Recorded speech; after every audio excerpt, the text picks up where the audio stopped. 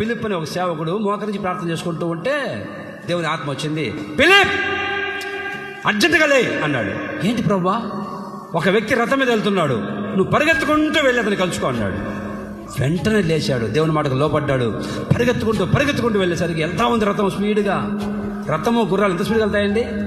Hello ఏంటండి, ఒక గుర్రము 40 కిలోమీటర్లు ఆగకుండా పరిగెత్తుంది. 40 కిలోమీటర్లు 70 కిలోమీటర్ల స్పీడ్తో, గంటకు 70 కిలోమీటర్ల స్పీడ్తో 40 కిలోమీటర్లు ఆగకుండా పరిగెత్తుంది గుర్రం.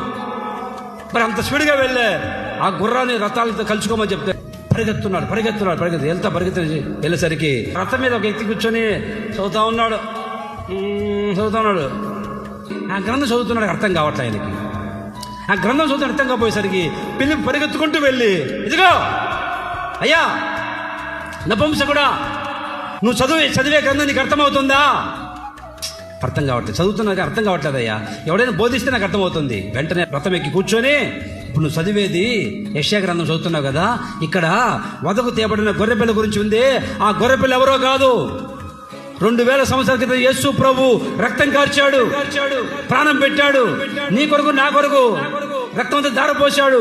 ఆఖరి రక్తపొట్టు వరకు ఆయన సిలువలో కాల్చి చనిపోయాడు, సమాధి చేయబడ్డాడు, తిరిగి లేచాడు.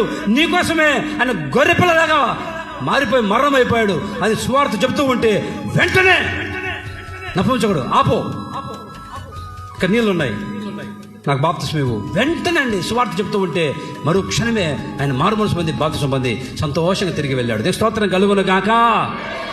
దేవుడు చెప్పాడు పరిగెత్తు, అక్కడిని కలుసుకో.